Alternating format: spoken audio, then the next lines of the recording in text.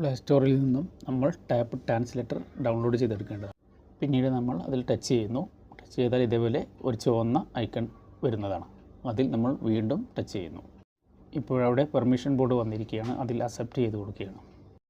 അതിനുശേഷം അവിടെ start now എന്ന ഒരു ഭാഗം കാണുന്നതാണ്. നമ്മളവിടെ ടച്ച് ചെയ്ത് കൊടുക്കുന്നു. ഇപ്പോൾ നമ്മൾ നേരത്തെ കണ്ട ആ ചുവന്ന ഐക്കൺ പച്ചയായി മാറിയിരിക്കുകയാണ്. അതിന് താഴെ ഒരു ചെറിയ വൃത്താകൃതിയിൽ മറ്റൊരു ഐക്കൺ കൂടി പ്രത്യക്ഷപ്പെട്ടിരിക്കുന്നു. അത് നമ്മൾ പയ്യെ ടച്ച് ചെയ്ത് സ്ക്രീനിൻ്റെ മുകൾ ഭാഗത്തേക്കോ താഴെ ഭാഗത്തേക്കോ കൊണ്ടുപോയി വയ്ക്കാവുന്നതാണ്. അതിനുശേഷം നമ്മൾ പയ്യെ അത് നമ്മുടെ ഫോണിൻ്റെ പ്രൊഫൈലിലേക്ക് ബാക്ക് ചെയ്യാവുന്നതാണ്.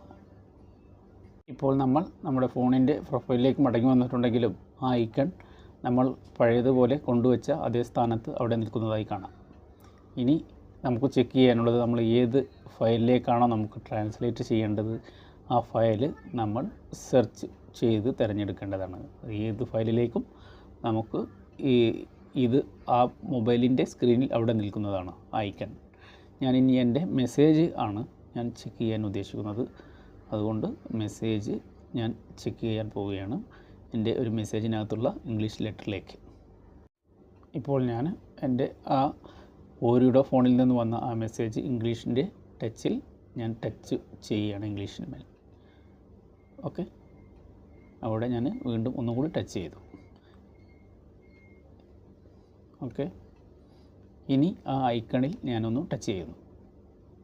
അപ്പോൾ അതിങ്ങനെ കറങ്ങിക്കൊണ്ടിരിക്കുകയാണ്. ആ കറക്കം നിന്ന് കഴിഞ്ഞാൽ അത് മലയാളത്തിലേക്കായി നമുക്ക് കാണാൻ കഴിയുന്നതാണ്.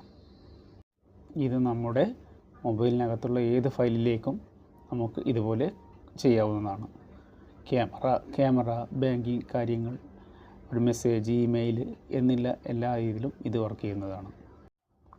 ഇനി നമ്മൾ ഇതിൽ നിന്നും എങ്ങനെ ബാക്ക് ചെയ്യാവുന്നതാണ്.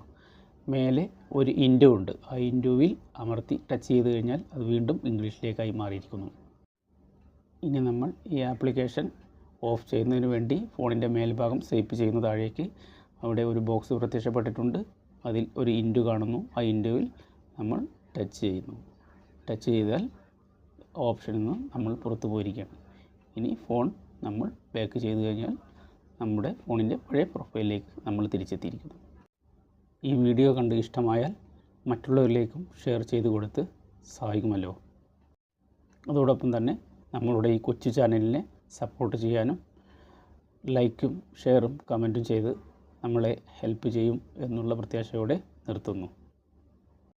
മറ്റൊരു വീഡിയോയുമായി വീണ്ടും കാണുന്നവരെ എല്ലാവർക്കും SS ബ്ലോഗിൻ്റെ നന്മ നിറഞ്ഞ ഒരു ദിവസം നേരുന്നു.